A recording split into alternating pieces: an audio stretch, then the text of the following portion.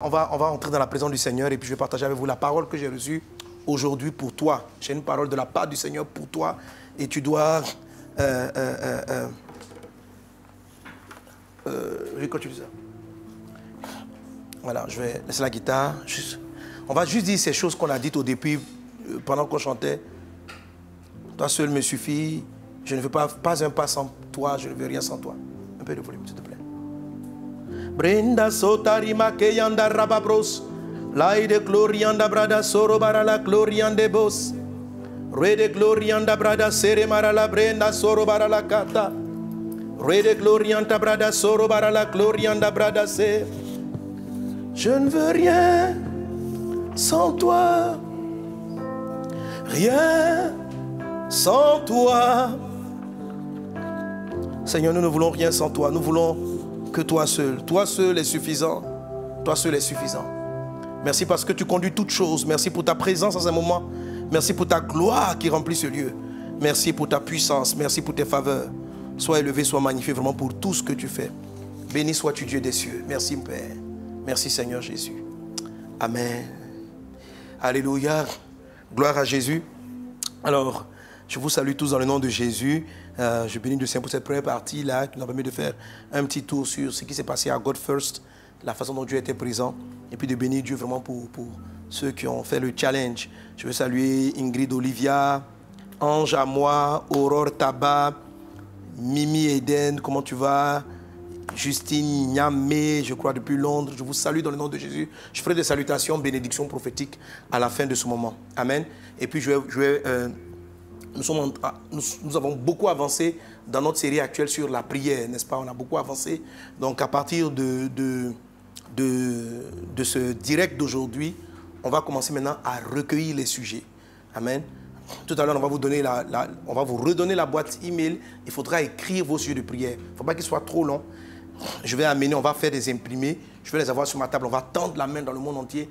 Et on va les découper par catégorie.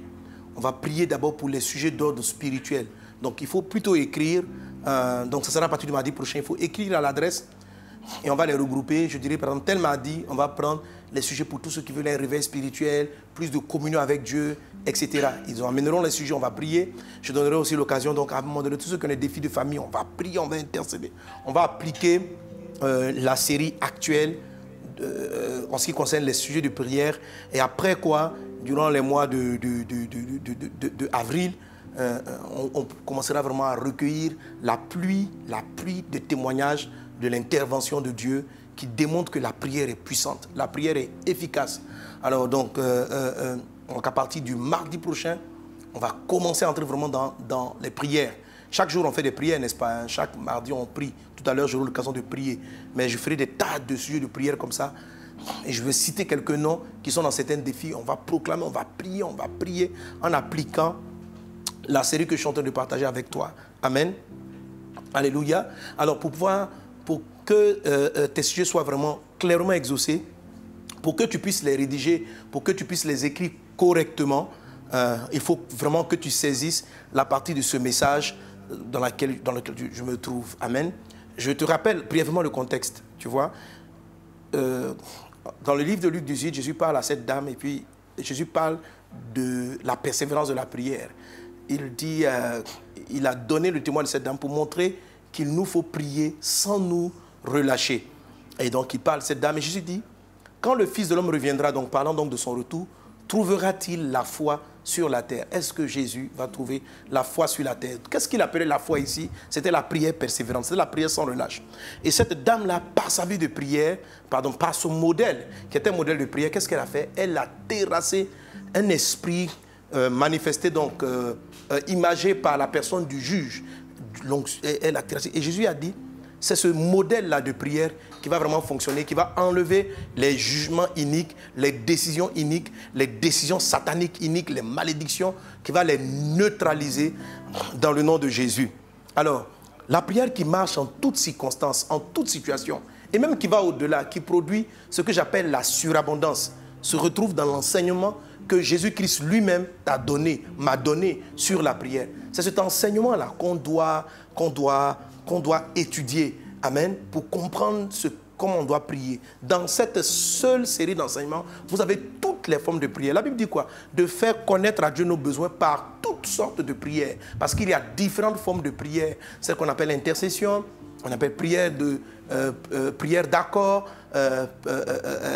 supplication, le cri, les requêtes, l'action de grâce, etc. Il y a plusieurs sortes de prières et je vous ai expliqué précédemment comment l'Esprit vous conduit, comment l'Esprit te conduit et comment tu peux reconnaître que l'Esprit est en train de te conduire dans la forme de prière. Amen. Et la bonne nouvelle que je vais faire donc avec l'équipe, on va soustraire des lives juste la partie message. On va soustraire des lives juste la partie message pour ne pas que vous... Puis on va remettre encore les vidéos en entier de la série. Amen. Donc un à un, tu pourras aller. Ça dure généralement une trentaine de minutes. Amen. Pour chaque message. Si on enlève les annonces, le temps de prière autour. Donc juste la parole. Et tu pourras te connecter pour recevoir ces enseignements-là. Donc ça va permettre d'avoir un rappel. Pour ceux qui me prennent en marche, ça va vous donner vraiment de réviser l'ensemble des choses que j'ai dites. Amen. Alors vraiment, il faut l'appliquer. Il faut que tu l'appliques. Le Seigneur est sur le point de changer de grandes choses dans ta vie, de te donner la victoire en ces temps de la fin. Que la main du Seigneur soit avec toi. Amen. Alors donc, quand Jésus nous apprend à prier, il arrive à cette partie de la prière, il dit, quand tu pries, dis, donne-nous aujourd'hui notre pain quotidien. Je suis donc à cette partie que j'ai appelée laquelle phase, la phase numéro 5 de la prière. Il y en a 7 en tout. Donc la phase numéro 5, Jésus dit, donne-nous aujourd'hui notre pain quotidien. Et je t'ai dit la dernière fois que cette phrase-là porte 3 grandes vérités. En tout cas, selon ce que j'ai reçu, selon la révélation que j'ai reçue, 3 grandes vérités à l'intérieur que Dieu a fait ressortir dans mon esprit. Amen. La première, c'est la notion du donne-nous, comme je vous ai dit. Jésus commence, il dit donne-nous, donne-nous. Donc il ne dit pas donne-moi. C'est quand même assez étrange parce que ce n'est pas une prière où on utilise la forme plurielle en temps. Parce que quand on parle à Dieu, par exemple, dans ce texte, vous remarquez qu'il ne dit pas à Dieu vous. Il dit notre Père qui es aux cieux, que ton nom soit sanctifié. Il ne dit pas que votre nom soit sanctifié. Donc on n'est pas dans la forme plurielle, des pronoms pluriels. On est donc lorsqu'il dit donne-nous notre pain quotidien, ou bien quand on dit notre Père qui est au ciel, c'est-à-dire que le Seigneur est en train de te dire que la prière qui est efficace est une prière où on porte à cœur un ensemble de personnes. Ça, je t'ai expliqué que c'est très important. Parce que c'est cette manière dont certains chrétiens prient. C'est parce qu'ils prient en pensant aux autres qu'ils vivent des choses extraordinaires, que Dieu leur donne de plus grandes choses. Amen. Je vous ai dit donc, celui qui dit donne-nous un pain quotidien, pourquoi la prière va produire la surabondance? Dieu va lui donner une boulangerie qui produit des pains. Celui qui prie en disant donne-moi le pain quotidien, mais Dieu va lui donner le pain qu'il attend. Mais si tu dis donne-nous, c'est-à-dire en même temps tu as le souci, tu as le fardeau de tous ceux qui ont ce besoin-là en particulier ou en général. Et là, le mardi dernier, j'ai vraiment pris le temps de m'étaler vraiment sur ce point. Et il faut le comprendre, c'est très important. Ça marque la différence entre ceux qui vivent la vie chrétienne dans la surabondance et ceux qui vivent la vie chrétienne dans le juste suffisant. Ceux qui vivent dans le juste suffisant, c'est parce qu'ils ont des prières. Seigneur, souviens-toi de moi, guéris-moi. Il ne dit pas souviens-toi de nous, guéris-nous, aide-nous. Il ne se voit que seul. Et Dieu intervient.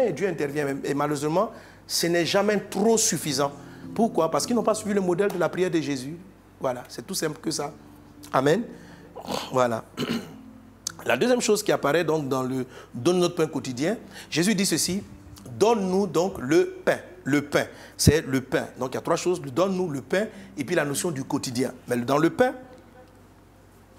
le Seigneur aurait pu dire, par exemple, quand vous priez, dites « donne-nous, réponds à nos besoins ». Pour dire à toutes sortes de besoins, réponds à nos besoins. Mais il utilise une expression bien précise, il dit « donne-nous le pain quotidien ». Il dit quand vous priez, dites « donne-nous du pain ». Pourquoi le Seigneur ramène pratiquement tous les besoins à la notion du pain? La première des choses que je vous ai fait remarquer la dernière fois, c'est que le Seigneur fait ressortir la notion de la précision du besoin. Amen. Voilà. Il ne dit pas « réponds à mes besoins en général ». Il dit qu'en ce moment précis, mon besoin, c'est du pain, donne-moi le pain. Donc le Seigneur nous montre ici que la prière doit être précise. La prière doit être précise. Ce que tu dis doit être précis. Pas pour informer Dieu, parce que Dieu sait de ce dont tu as besoin. Hein. Dieu sait déjà ce dont tu as besoin. Mais le fait de dire amène ton exaucement qui était dans le monde spirituel à commencer à se matérialiser sur le plan terrestre. La Bible dit, Dieu avait donc bien sûr conçu dans son cœur le plan de l'humanité, mais il dit que la lumière soit et la lumière fut. Donc la lumière n'aurait jamais été si Dieu n'avait pas dit que la lumière soit. Les arbres, la plante n'aurait pas été si tu n'avais pas dit. C'est pourquoi tu dois dire. Amen. La Bible dit c'est en croyant du cœur et en confessant de la bouche qu'on parvient au salut. Donc il y a un moment il faut confesser. Donc la partie de notre Père, de la phase 5, vraiment, même si les autres tu les as faites en phase, en langue ou de manière méditative, ou juste dans la langue, rimba, karabara, la sota, rababara. Quand tu arrives au donne notre pain quotidien, dis-le dans un langage intelligible. Rappelle-toi, la Bible dit ceci. Je te dis ça dans le livre de 1 Corinthiens. Il dit que... Donc, 1 Corinthiens, chapitre 14,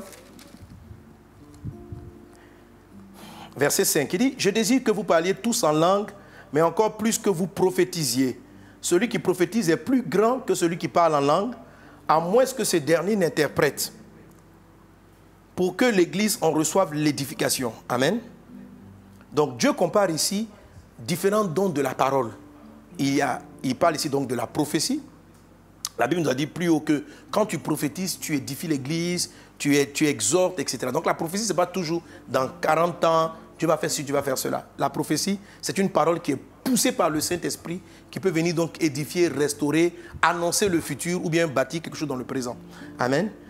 Parce que lorsqu'on dit, celui qui prophétise édifie, édifie c'est construire. C'est construire une maison. Donc quand je prophétise, je peux édifier un foyer, je peux édifier une vie professionnelle, je peux la construire par la prophétie. Quand on déclare, demain Dieu t'ouvre une porte, et que c'est une parole qui est poussée par le Saint-Esprit, la porte est ouverte dans le nom de Jésus. Parlant de cela, même la dernière fois au culte, j'avais encore prophétisé les transferts surnaturels.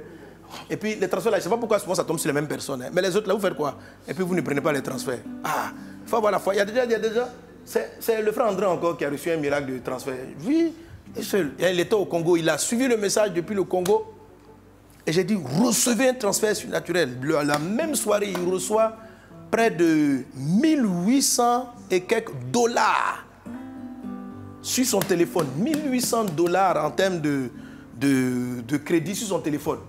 Donc bien sûr, avec les trucs là, tu peux échanger avec la monnaie. Donc il reçoit 1800 dollars sur son téléphone. Il dit son téléphone était vide, zéro niet. Donc il m'a montré la capture d'écran. Il dit, papa, c'est extraordinaire. Eux-mêmes, ils n'ont pas compris.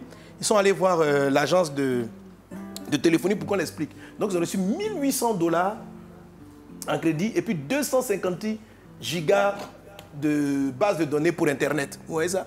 256 gigas à utiliser. Il dit on était à zéro, ça arrivait comme ça miraculeusement. C'est ce qu'on appelle le transfert surnaturel. C'est une onction que Dieu m'a donnée. Reçois un transfert dans le nom de Jésus. Reçois un transfert dans le nom de Jésus. Reçois un transfert dans le nom de Jésus. Amen. Donc quand je dis reçois un transfert, que c'est poussé par le Saint-Esprit, il y a un transfert, il y a quelque chose qui se produit. Amen. C'est ce qu'on appelle donc la parole édifie. La Bible dit que la prophétie qui édifie là, elle est plus grande que le parler en langue. Le parler en langue est grand, mais la Bible dit que celui qui prie en langue, quand je parle du prier en langue, sachez que c'est une prière. Alléluia. La Bible dit que celui qui prie en langue s'édifie lui-même. Donc, il y a toujours la notion d'édification, mais lorsque vous priez en langue, votre sujet principal est basé sur votre édification. C'est la raison pour laquelle c'est le premier don que Dieu donne. Parce qu'avant de commencer à édifier les autres, Dieu veut te guérir toi-même. Avant de commencer à guérir, donc Dieu te donne d'abord la prière en langue, qui est une forme de prophétie, mais une forme de prophétie personnelle, une forme de prophétie qui vient. Quand tu pries, Rinda Baba, il construit, l'édifie. Il te construit de l'intérieur. Amen. Mais quand tu prophétises, tu es en train de construire tes frères. Et pourquoi celui qui prophétise est plus grand? Parce que justement, il n'est plus en train de s'édifier lui seulement, il est en train d'édifier les autres. C'est la raison pour laquelle le donne-nous est plus puissant que le donne-moi. Parce que celui qui fait donne-nous édifie beaucoup. Celui qui fait donne-moi édifie lui seul. C'est très bien. La Bible dit, et c'est là qui est intéressant, dans la notion du pain, il dit, celui qui prophétise est plus grand que celui qui parle en langue, à moins que ce dernier n'interprète pour que l'Église en reçoive l'édification. Donc la prière en langue est rattrapée.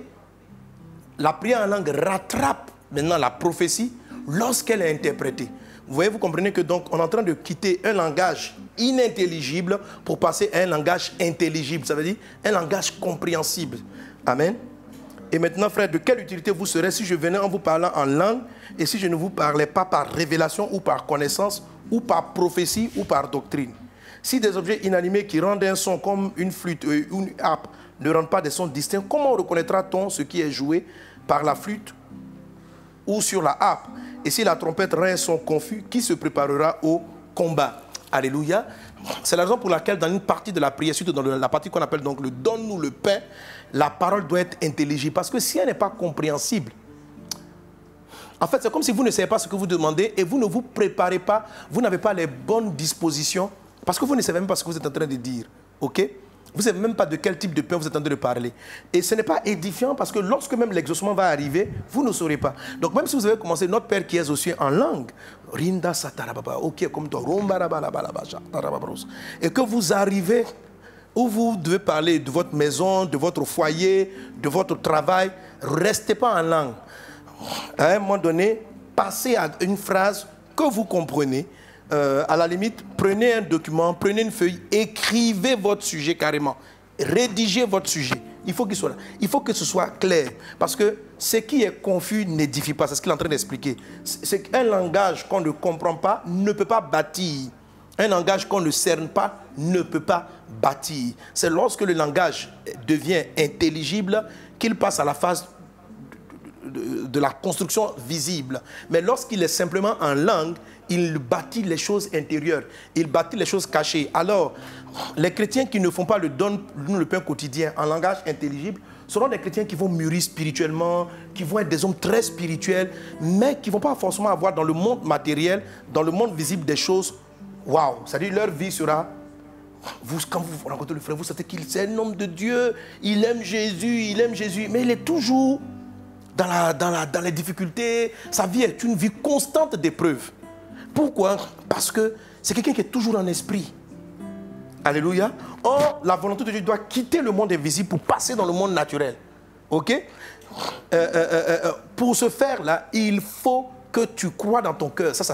Voilà. Mais pour que la chose se matérialise, pour qu'elle soit édifiée, il faut que tu dises. Il faut que tu écrives ce que tu veux. Amen. Il faut que tu écrives ce que tu veux. Tu veux te marier. Ok. Tu veux quoi comme mari? Dis-le à Dieu. Tu dis non, je veux seulement la volonté de Dieu. Mais c'est confus quand c'est comme ça. Je vais dire que tout ce que Dieu veut est bon pour moi. Non. On ne parle pas comme ça. Alléluia. Toi-même là, que veux-tu que Dieu fasse pour toi? Tu le rédiges. Maintenant, c'est évident que dans la rédaction, tu vas dire des choses qui ne sont pas le plan de Dieu. Ok? Mais c'est important de le rédiger. Là, Dieu peut corriger de manière... La Bible dit que si quelqu'un entend un son de trompette qui est confus, comment peut-il se mettre en ordre de bataille? Comment tu peux corriger quelque chose qui est faux si tu n'as jamais pris le temps de l'exprimer à Dieu? Et c'est ce dont je te parlais hier en te disant, le mardi dernier en te disant, la maman des 7 fils pas des 7 fils, la maman des 2 apôtres, dont j'oublie le nom, la maman, ça m'échappe un peu, voilà, c'est un oubli. Donc elle arrive, elle dit à Jésus que sa demande est précise, que quand tu seras dans ta gloire, que mes fils soient assis, l'un à ta gauche et l'un à ta droite. C'est une demande précise. Et Jésus de lui révéler que non, cette position-là, c'est mon Père qui la donne. Bon, au moins par cette femme-là, on a été informé d'une information importante, non? Vous ne trouvez pas? Voilà. Donc, quand on n'est pas précis, on ne peut pas vous corriger. C'est-à-dire que, vous imaginez, la dame était là, et puis elle souhaite seulement. Rumba Kaya, une enquête à gauche et à droite. Une enquête à gauche et à droite. Bon, Dieu n'a pas exaucé. On ne va pas savoir pourquoi Dieu n'a pas exaucé. Et puis ça reste une confusion. Après, elle est frustrée. Un jour, si elle rencontre Jésus, va lui faire un palabre. Voilà, mes enfants, ils étaient avec toi, ils t'ont soutenu. Maintenant, tu arrives là-bas, tu as mis 2 types à ta droite. Je ne suis pas d'accord. Vous voyez, il y a des gens, ils pensent seulement, mais ils ne disent pas ce à quoi ils pensent. Ils sont là, ils ne sont pas contents, ils ne disent pas, ils ne sont pas contents. Ils sont contents, ils ne disent rien. Mais quand une parole n'est pas claire, la Bible dit, si quelqu'un donne un son de trompette qui n'est pas clair, qui va se mettre en ordre de bataille? C'est-à-dire... Voilà, ce sont les fils de Zébédée. Amen. La maman des fils de Zébédée. Donc elle les a positionnés. Alléluia.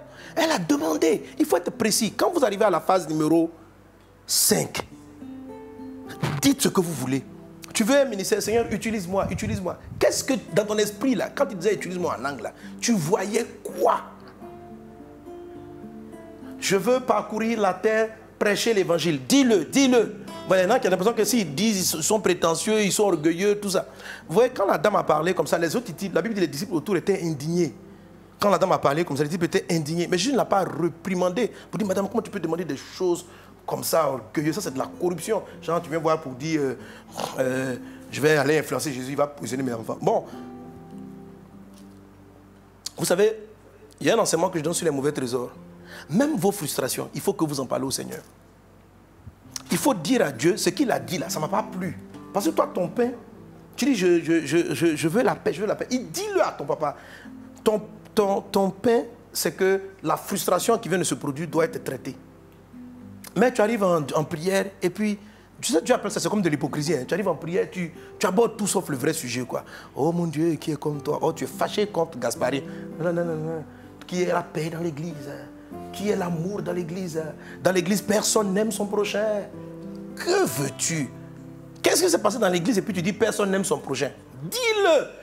Pourquoi je dis, Seigneur, que personne n'aime son prochain? Parce que hier, je suis arrivé, on ne m'a pas salué. J'étais en problème, les pasteurs n'est pas venu me voir. Papa, ça ne m'a pas plu. J'aurais aimé que le pasteur soit là à mon événement. C'est ça ton pain, tu comprends? C'est ça ton pain. Tu as besoin que le pasteur soit là. Et tu le dis à papa. C'est alors là que si, bien sûr, le pasteur ne pourrait pas être là, le Saint-Esprit va venir te consoler pour te dire, mais il faut pardonner, il ne peut pas être présent. Et puis pourquoi il va venir même?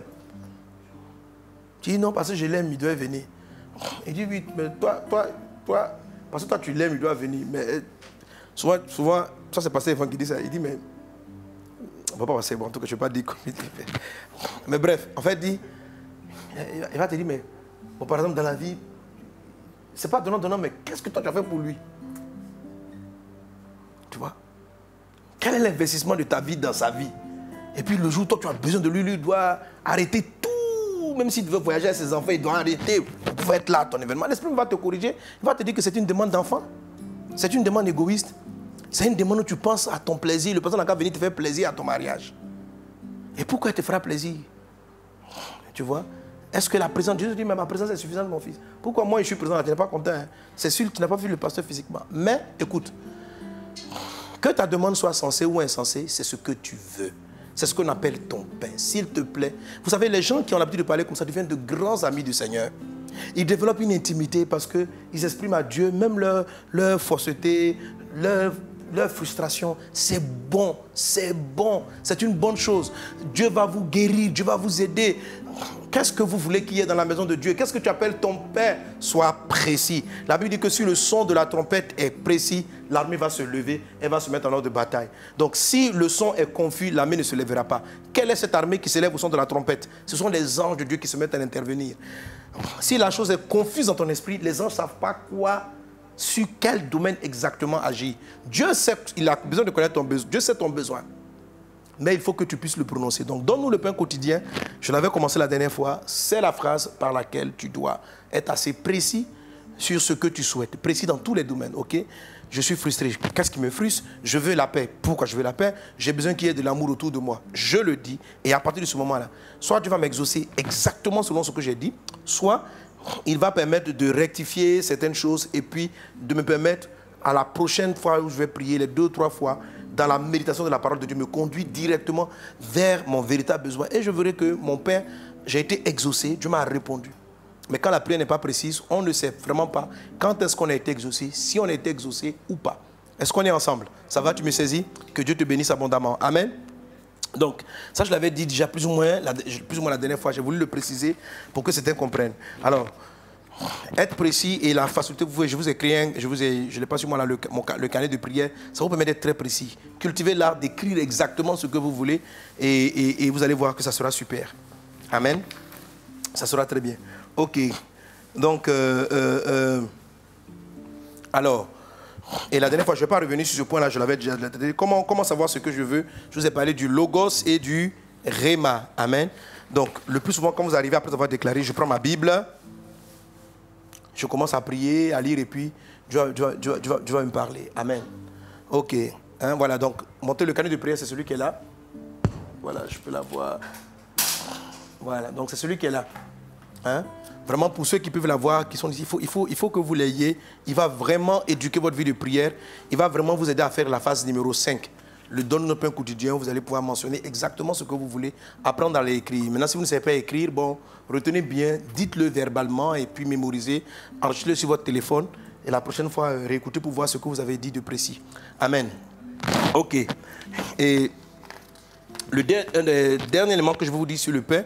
Donc je dis, je ne vais pas revenir sur l'histoire du logos et du réma. Ok. Je pense que ce qu'on avait dit la dernière fois était assez clair. S'il y a des questions, peut-être que je reviendrai. Mais l'autre élément du pain, dis avec moi encore le pain. Dis avec moi le pain. Donc, le pain, ça symbolise ta demande et ça symbolise ce que Dieu... Parce que je dis, Seigneur, donne-moi le pain quotidien et la façon dont Dieu va te répondre. Alléluia. Donc, il te répond par ce qu'on appelle donc la parole logos, donc quand tu lis, qui va engendrer, si tu pries et que tu lis, ce que j'appelais donc la parole Réma, c'est-à-dire une directive précise. C'est celle-là qui va commencer à te nourrir comme Anne, qui, après avoir reçu de la bouche du prophète, du sacrificateur Élie, tu as été exaucé, elle a entendu Dieu à l'intérieur, et la Bible dit, son visage ne fait plus le même. Priez intensément jusqu'à recevoir vos Rémas sur des sujets. Quand vous avez la paix, vous savez que c'est OK. Le Réma se manifeste dans votre cœur comme étant une forme de paix. C'est du pain. C'est le pain spirituel. Une fois que c'est posé, c'est que la réalité physique est sur le point de changer très, très, très rapidement. Alléluia. Donc, vous la trouvez, vous trouvez ça. Quand vous priez, prenez un petit moment et puis dites, Saint-Esprit, oriente-moi dans la parole, oriente-moi vers le pain. Donc, le pain, comme la Bible dit, l'homme ne vivra pas seulement de pain, mais de toute parole qui sort de la bouche de Dieu. Le pain, ce n'est pas forcément du pain, ce n'est pas d'abord du pain matériel. Donc, Dieu dit, l'homme ne vivra pas seulement de pain physique, mais de toute parole qui sort de la bouche de Dieu. Donc, la parole de Dieu est aussi du pain, et la parole de Dieu est ce qui va engendrer ton pain physique. C'est celle-là qu'il faut recevoir dans l'exaucement. Tous les grands, tous ceux qui prient savent que tu as besoin d'un petit go de Dieu, d'une façon, ça s'appelle un réma. Donc, c'est en lisant la Bible que j'entends le Saint-Esprit me parler de manière spécifique. Et cette parole de réma-là, lorsqu'elle arrive, elle crée une forme de paix et une forme d'assurance intérieure. La Bible dit que la foi vient de ce qu'on entend, et ce qu'on entend vient du réma de Dieu. Donc lorsque j'entends dans mon cœur le réma de Dieu, je sais que je vais voir la chose se réaliser dans le monde réel. Donc priez jusqu'à ce que vous l'ayez. Jésus est monté à Gethsémani, il a prié avec foi jusqu'à ce qu'un ange vienne lui donner le réma dont il avait besoin. Et une fois qu'il a eu, son visage était radieux et il a affronté la croix sans peur, sans crainte. Il est allé jusqu'au bout de sa mission. Amen. Alors, suis ce que je voulais te dire encore aujourd'hui, qui est très, très, très important. Certaines personnes m'ont écrit pour me dire, j'ai reçu de la lettre de mes filles qui dit, papa, j'ai une grosse dette qui s'est cumulée au fil des années. Et vraiment, je ne sais pas, je prie, je demande au Seigneur, sors-moi de cet endettement. Alors, suis-moi très bien. Et ma fille m'a écrit en me disant, la montagne des dettes. Donc, elle a vu cet endettement-là comme une montagne. OK? Et quand elle t'explique l'histoire, tu comprends que vraiment pour elle, par rapport à son état financier, c'est vraiment une montagne. Alors, je vais parler à tous ceux qui ont devant eux une montagne. Une montagne. Comment Dieu vous amène le réma, la paix qui va déplacer la montagne. Est-ce qu'on est ensemble? C'est pour ça même que je voulais que tu sois sur live, que tu l'écoutes. Comment tu déplaces la montagne? La montagne, c'est toi qui la connais. Donc quand tu dis à Dieu, donne-moi le pain quotidien, quand c'est un pain quotidien qui t'angoisse, quand c'est un pain, l'attente même de ce pain-là te traumatise, c'est-à-dire que l'attente de ce pain n'est plus pour toi un petit pain. C'est devenu une montagne qui se dresse contre toi. Alors, Jésus dit ceci. Si vous avez de la foi, comme un grain de sénévé, vous direz à cette montagne, déplace-toi, et elle se déplacera. Ok? Si tu as de la foi, comme un grain de sénévé, tu diras à cette montagne, déplace-toi, et elle va se déplacer. Donc la Bible dit que la prière de la foi est capable de déplacer des montagnes. Donc lorsque la montagne, mon pain à moi, c'est comme une montagne, mon problème professionnel, c'est une montagne, le problème de caractère que je vais voir traiter, les défis dans ma maison sont devant moi, pas de petits problèmes, mais sont devant moi des montagnes. Alors, je vais préciser à Dieu la montagne. Oh papa, aujourd'hui me voilà, il me faut trouver absolument 7 millions avant la fin de cette semaine. Papa, tu as dit dans ta parole que tu réponds, nul n'est comme toi, tu es au-dessus de toutes choses. Ok? Ou en tout cas, peu importe la montagne. Maintenant, alors dans le cas, je vais sur l'exemple de la sœur, là, donc, qui a une certaine dette très élevée. Et c'est comme ça, moi-même, je suis sorti de l'endettement de plusieurs dizaines de millions. La clé se trouve dans le grain de sénévé. La montagne se déplace par la foi qui est petite comme un grain de sénévé. Il ne faut pas avoir une montagne il ne faut pas avoir une foi qui a la taille de la montagne pour déplacer la montagne. Il faut avoir une foi qui est petite comme un grain de sénévé. Et je t'ai dit la dernière fois que donne-nous le pain. Le pain est aussi l'image de la manne que les Israéliens recevaient quotidiennement. Alors revenons à l'histoire de la manne pour que tu comprennes comment est-ce qu'on déplace la montagne par la foi. Est-ce que quelqu'un avec moi donne un bon amen? Donne un bon amen. Lorsqu'Israël a quitté l'Égypte, la Bible dit que Dieu, de manière délibérée, les a fait transiter par le désert avant d'arriver à Canaan.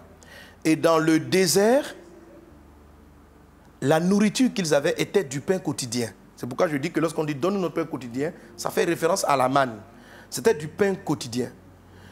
Et Dieu disait au peuple, mangez la part récoltée ou bien récupérée au sol, la part dont vous avez besoin pour le jour même. Et à chaque jour, donc, suffira sa peine. Et cette nourriture-là, les Israéliens l'ont mangée pendant donc, les 40 ans du désert jusqu'à rentrer à Canaan. Qu'est-ce que le Seigneur veut te dire? Que pour atteindre ton Canaan, c'est quoi ton Canaan? C'est ton pain final. C'est quoi ton Canaan? C'est la promesse de Dieu pour toi. C'est quoi ton Canaan? C'est tout ce que tu vois devant le Seigneur. Pour te faire rentrer dans ton Canaan, Dieu te fait manger de la manne dans un premier temps. Alléluia. Il te fait manger de la manne. Et la manne, là, ça se manifeste sous la forme de pain quotidien. Est-ce qu'on est ensemble? Amen. Donc, le gros repas final où tu seras à Canaan, où la Bible dit tu auras du miel, du lait, tu auras les choses, tu vas te reposer de tes œuvres. Tu vas te reposer. Ça, c'est le point final. Pour l'atteindre, donc, il y avait des géants qui étaient là-bas. Donc, c'est tout ça, les géants, là, c'est toutes les montagnes qu'il y a là. Mais pour se préparer à cela, le type d'aliment que Dieu donne, ça s'appelle, c'était du pain, c'était la manne, qui est donc du pain quotidien. Alléluia. En termes pratiques, comment Dieu a décanté la situation? Tout ce qui est grand se décompose en petit. Je te donne deux modèles pour que tu comprennes. Comment souvent j'arrive à manifester la foi. J'ai besoin quelquefois de, écoute-moi bien, de par exemple 10 millions, 50 millions pour organiser un programme. Quand le montant commence à me faire peur, le montant m'effraie. Il y a des montants qui ne me font pas peur. Je dis, oh Seigneur, glorifie ton nom. Il y a des montants qui me font peur. Et ça évolue en fonction. Chacun a son montant qui l'effraie. Ok? Toi, en tout cas, le montant qui est peut-être une montagne, viens avec ça. Donc quand j'arrive devant le Seigneur, je dis, d'abord moi-même, je le découpe dans ma tête, en petits morceaux. Je dis, ah, je dois trouver 100 millions. Mais 100 millions, c'est 10 personnes, c'est 100 personnes qui donnent 1 million. C'est 1000 personnes qui donnent... Non, c'est 100 personnes qui donnent 1 million. C'est 1000 personnes qui donnent 100 000. Quand je regarde 100 000 là, je vois que ce n'est pas trop compliqué pour ma foi d'avoir 100 000. Tu vois, et au lieu de continuer à regarder mon pain quotidien, là, ma manne de tous les jours, qui va me donner mon Canaan qui est... Combien de millions là? 100 millions, c'est 100 000. C'est comme si Dieu demande à ce que... Il ne faut pas que je réfléchisse au plat, au plat final. Je dois manger le plat du jour. C'est-à-dire que je dois prendre la portion. Quand il dit la portion qui te rassasie là, c'est-à-dire la portion que tu peux prendre pour le jour là. Qu'est-ce que moi je peux prendre? Je n'ai pas peur de 100 000 francs. Mais j'ai peur de 10 millions. Ok? Je n'attaque pas 10 millions. Je vais attaquer 100 000. Est-ce que vous comprenez? Donc, je vais chercher 100 000 francs pendant une période. Alors, en plus simple, une autre histoire. Je devais, je ne sais plus combien de dizaines de millions à quelqu'un. Et quand j'ai prié, Dieu m'a fait découper comme ça, de la même manière. Et il m'a dit, maintenant, donc, je commençais à prier maintenant pour chaque petite portion. Et quand j'ai commencé à prier pour chaque petite portion, Et à un moment donné, l'idée, donc le réma maintenant que je reçois, c'est va dire à ton débiteur que tu vas lui donner ce montant-là chaque mois. Ça faisait à peu près, il me fallait à peu près, quand je le dis, il me fallait à peu près 5 ans pour pouvoir rembourser toute la dette. Je dis, mais l'esprit me dit, va lui dire ça. Et quel a été l'exaucement? Parce que c'était un désert, je traversais. C'était un désert. Donc, le désert est contribué. Dans chaque désert, il y a une manne. C'est-à-dire, toi, tu as envie d'avoir la nourriture pour un mois. Dieu ne va pas te donner la nourriture pour le mois. Hein. Il va te donner la nourriture pour le jour au jour. C'est ce qu'il dit, donne-nous le pain quotidien. Alors, il m'a dit, va dire que tu peux lui donner, je crois que je dois lui donner à peu près, ma foi pouvait prendre à peu près 300 000 francs ou 400 000 francs, ou 150 000, j'oublie le montant, il y a longtemps, par mois. Et je suis allé le voir. J'ai prié. Il savait que c'était de la folie même. Je lui ai dit, je vais te donner tant par mois. Il m'a regardé, il était hésitant. Il dit, mais ça va prendre du temps. Hein. Il dit, mais c'est mieux que rien. Parce que ça fait combien d'années tu me dois? Depuis là, tu ne peux pas la dette. Donc, au moins, commençons quelque part. Paye quelque chose. Je dis, ok. Et mon pain quotidien, qui était maintenant donc un pain mensuel, alléluia, en tout cas par mois, ma foi pouvait dégager le montant escompté. Et j'ai été fidèle. Après un mois de 2 mois, avant la fin de quand je suis entré de la deuxième année, c'est comme si je me suis habitué à payer cette dette-là. Le ciel s'est ouvert et j'ai eu des entrées. Et en 2-3 mouvements, j'ai fini de payer la dette. C'est-à-dire, maintenant, quand j'ai honoré le pain, voilà, c'est ce que j'appelle le grain de Sénévé. C'est-à-dire, la montagne est là, mais il ne faut pas chercher la montagne, il faut chercher le grain. C'est le grain là qui va faire déplacer ta montagne. Donc c'est ce qu'il appelle le système du pain quotidien. C'est ce qu'il explique. Il dit, vous allez rentrer en Canaan où il y aura beaucoup à manger. Mais le beaucoup à manger là, c'est la nourriture, c'est la petite nourriture qui arrive par jour. Il dit que chacun peut prendre. C'est celle-là qui va terrasser. Donc, comment on a la foi? La foi, ce n'est pas le fait de prendre quelque chose de grand. C'est le fait de prendre quelque chose de petit. C'est ce qu'on appelle la foi. Et c'est se dire que Dieu est fidèle. Avec ce petit pas-là, j'atteindrai la grande chose. La foi, ce n'est pas essayer de faire de grandes choses. C'est juste essayer de faire ce pourquoi tu ne trembles pas. C'est juste essayer de dire, bon, je vais commencer par là. Satan va venir te faire en disant, avec cette petite-là, c'est quand est-ce que tu vas finir de payer cette dette? Avec cette petite-là, c'est quand est-ce que tu vas finir de construire ta maison? Vous allez voir, la plupart des gens qui édifient et qui construisent des maisons n'ont jamais l'argent en totalité. À part dans les pays où on vous fait un prêt et puis vous construisez tout d'un bout à bout. Mais la plupart des gens n'ont pas. Commence quelque chose. Donc, dis par exemple, ah Seigneur, je vais commencer à avoir intérêt. Si tu regardes le montant là pour construire la maison, il te faut trouver 40 millions. Frère, si tu fais comme ça, tu sais que tu risques de ne jamais propriétaire d'une maison. Donc, prends ta foi, regarde un terrain que tu cherches. Dieu t'a dit, je te donnerai un terrain. Et puis, va voir le propriétaire. Tu pries, tu vas le voir. Si Dieu te met que papa, donne-moi ce terrain, va le voir. Tu dis, je vais prendre le terrain.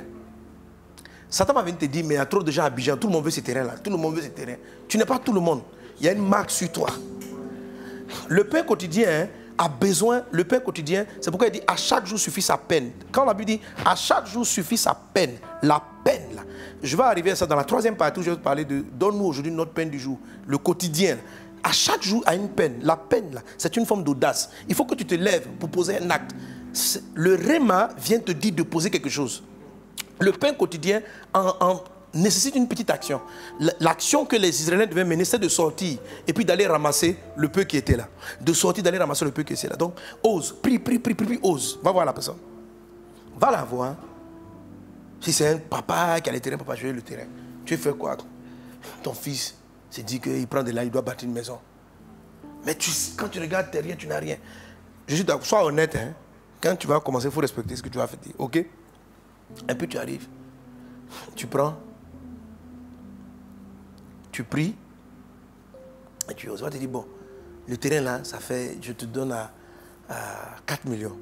Qu'est-ce que tu peux faire? Quand tu as 4 millions là, ton cœur se coupe, tes entrailles se remuent, ta tête bouge. Parce que 4 millions, c'est une montagne. Tu pries, tu dis, bon papa, je vais payer ça par l'occasion. Je vais louer 100 000 francs tous les mois. Mais qui rentre dans les 4 millions là. Je suis convaincu que la plupart m'ont dit, parce que personne ne va accepter. C'est ça votre erreur. C'est ce qui fait que vous n'avez jamais rien. C'est ce qui fait que vous ne bâtissez pas. C'est ce qui fait que vous n'avancez pas. Parce que vous n'avez pas la force de passer à la peine quotidienne. La peine quotidienne, c'est oser. Écoutez, il n'y a aucune de nos croisades, je vous le dis tout le temps, aucun de nos programmes. Et je suis sûr que si je demande par exemple donc, à l'équipe qui a travaillé pour God First par rapport au budget, c'est du gros budget, hein, que l'argent n'est jamais là en entier. Je ne sais pas quoi, c'est seulement dans les pays occidentaux, on fait des prêts, mais vous n'aurez pas les prêts. Je veux dire, votre Canaan là, vous n'avez pas ça. Canaan n'arrive pas comme ça. Tu quittes pas l'Égypte et puis un coup tu apparais à Canaan. Non, Dieu te fait toujours transiter dans le désert. Et le désert pour entrer dans Canaan, c'est une nourriture qui arrive au jour le jour. Au jour le jour. C'est pourquoi il dit, la montagne se déplace par un grain de sénévé.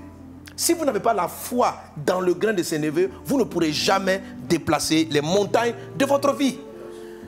N'ayez pas peur des gros sujets. Abordez-les simplement avec la foi du grain de sénévé. Donc les équipes qui sont là pour les croisades, on ose quelque chose. Mais on va pas à pas. On ose une croisade de 10 millions au départ. On ose une croisade de valeur de 5 millions. On ose. Mais, ok, 5 millions je n'ai pas, mais je vais aller pas à pas. Je vais aller pas à pas. Et c'est sur chaque pas que je cherche mon réma quotidien. C'est-à-dire je ne cherche pas la directive pour l'ensemble. Je cherche la directive pour les étapes qui me conduisent vers l'ensemble. Est-ce qu'on est ensemble? C'est la raison pour laquelle dans le désert, le Saint-Esprit se muait sur le peuple afin de leur dire la direction qu'ils devaient prendre jour après jour. Alléluia. Tu t'apprêtes à lancer une œuvre qui est importante. Là, tu me suis, tu es en train de prier parce que tu sens que tu dois bâtir un orphelinat. Tu dois construire une école. Tu dois commencer un centre de santé. Tu dois commencer un truc. L'erreur, ce qui fait que tu attends que Dieu te donne la totalité. Mais tu es dans un endroit où tu n'as pas accès à des prêts. Et béni soit Dieu de ce qu'en Afrique, et la majorité des chrétiens, vous n'avez pas accès à des gros prêts. Pour vous permettre de travailler avec la foi et de bâtir des choses avec la foi et de ne devoir à personne si ce n'est qu'à Dieu. Dieu ne veut pas que tu sois redevable à quelqu'un. Il veut que tu lui sois redevable seulement à lui seul. Ose la vision. Pose un premier pas. Commence avec ce que tu as. Et laisse Dieu jour après jour te donner le pain quotidien. C'est une petite manne qui n'est pas énorme, qui ne ressemble pas à ce qu'on t'a promis en ce qui concerne Canaan, mais c'est cette petite manne-là, ou ce que j'appelle aujourd'hui donc le grain de sénévé, qui contribuera à déplacer la grande montagne et te conduire. Vous pouvez appliquer ce principe en toute chose, dans toute chose. Vous voulez un changement de caractère. Par exemple, vous avez peur de vous tenir en public. Commencez par le public devant lequel vous pouvez parler. Commencez par là et puis faites ce que vous avez fait. Prenez ce que vous pouvez faire, ok? Je n'ai pas peur quand nous sommes 4 ou 5 d'adorer ou de prêcher. Prêche à 4 ou 5 personnes jusqu'à ce que tu triomphes de la peur. Et puis après, ça c'est ton pain quotidien. Apprécie les petits moments que tu passes avec les groupes petits. C'est ton pain quotidien. Ça va te conduire à la grande foule. Donne tout ton cœur à ce que tu fais de manière petite. Ne dis pas aujourd'hui, parce qu'on a organisé un temps d'adoration dans un endroit, je vais y arriver. Non, non, non, non. Tu vas y arriver, c'est certain. Tu vas même faire plus grand. Tu feras mieux même que les croisades que je suis en train de faire. C'est ça ton appel. C'est ça ta vie. Mais la Bible dit, mon juste vivra par la foi. Or, la foi vient de quoi? De ce qu'on entend. Et ce qu'on entend vient de quoi?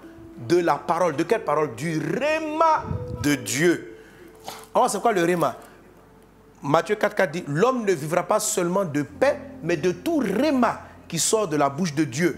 Donc, Jésus compare ici le pain avec le réma. Donc, le réma, c'est ce qui crée la foi. La foi vient de ce qu'on entend. Donc du réma, et ce qu'on entend. Donc le réma, c'est ce qui crée la foi, et c'est le réma là qu'on appelle le grain de sénévé. Ok? Si vous avez la foi comme un grain de sénévé, vous direz à cette montagne, déplace-toi, et elle se déplace. Donc qu'est-ce que je vais aller chercher? Je ne vais pas chercher d'abord à déplacer la montagne, je vais chercher à avoir la foi du grain de sénévé, et ma montagne se déplacera. C'est le système du levier. Ok? Je cherche le grain de sénévé, la foi dans la petite chose, ce que je puis me rassasier, voilà. Et puis après ça, je déclenche la montagne va tomber. Amen. Voilà, souvent la montagne ne se déplace pas en un jour, ça se déplace au rythme de ta foi dans les grains de sénévé. Que Dieu te bénisse abondamment, que sa faveur soit avec toi. Quel que soit le défi que tu aies face à toi, découpe-le en petits morceaux. Alléluia. Saisis ce que ta foi, grain de sénévé, peut prendre. Et donne-nous aujourd'hui notre pain quotidien. C'est la direction, c'est le réma, c'est la foi que tu vas saisir pour faire le petit pas.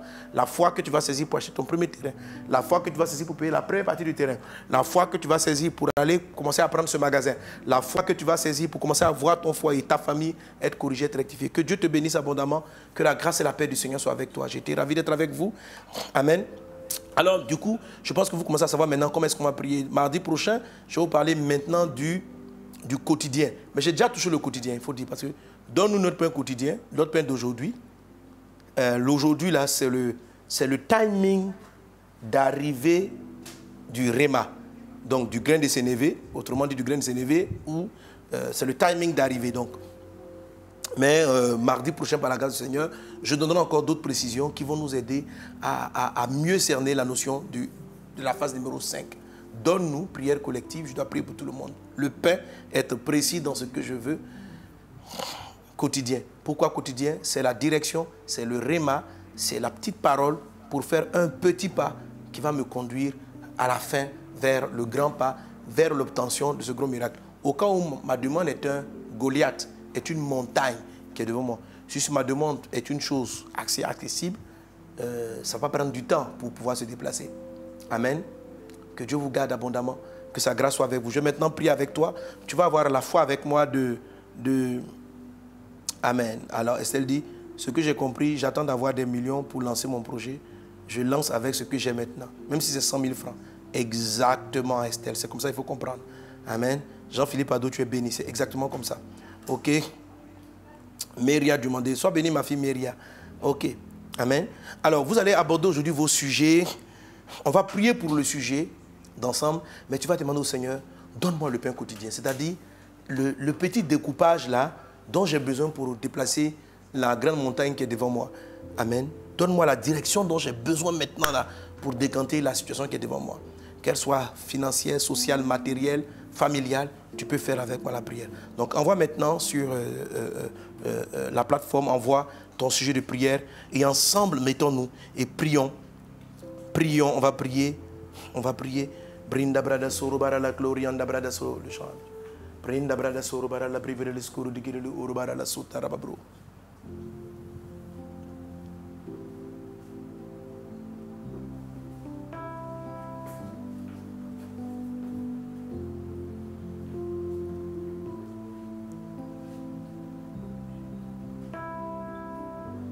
Seigneur, nous venons devant toi. Je viens devant toi avec mes frères, mes sœurs connectés en ce moment ou ceux qui se connecteront plus tard. Appelez ton esprit. Appelez ton esprit. J'appelle ton esprit. J'appelle ton esprit. Et j'appelle ton esprit.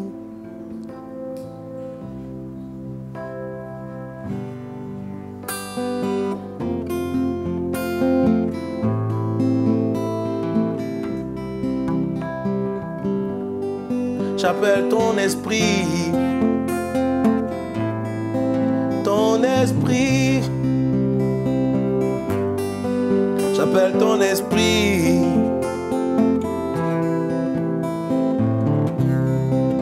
ton esprit.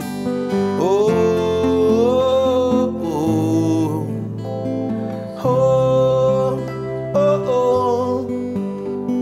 Hey.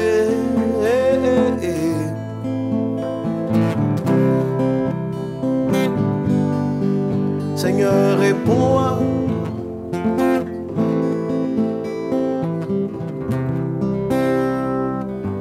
Saint-Esprit. Rinda brada sota rabako yanda ramamo.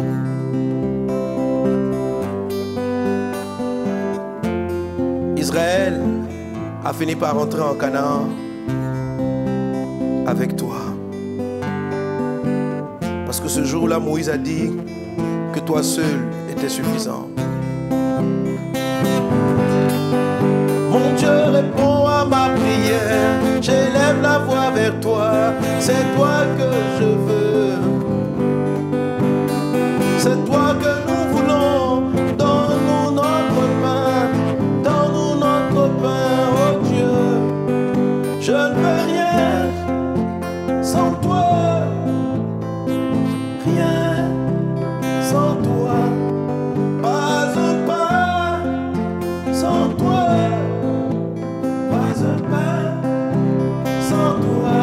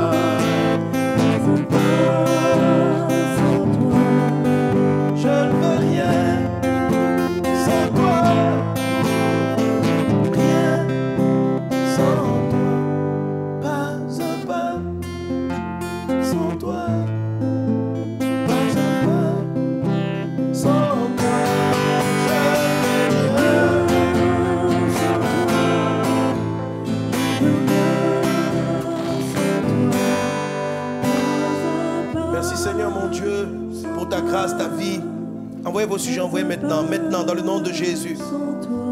Tu as appelé le Seigneur, tu lui as donné la première place. Il s'installe dans ton couple, dans ta maison, dans ton foyer, dans ta vie, dans tes finances.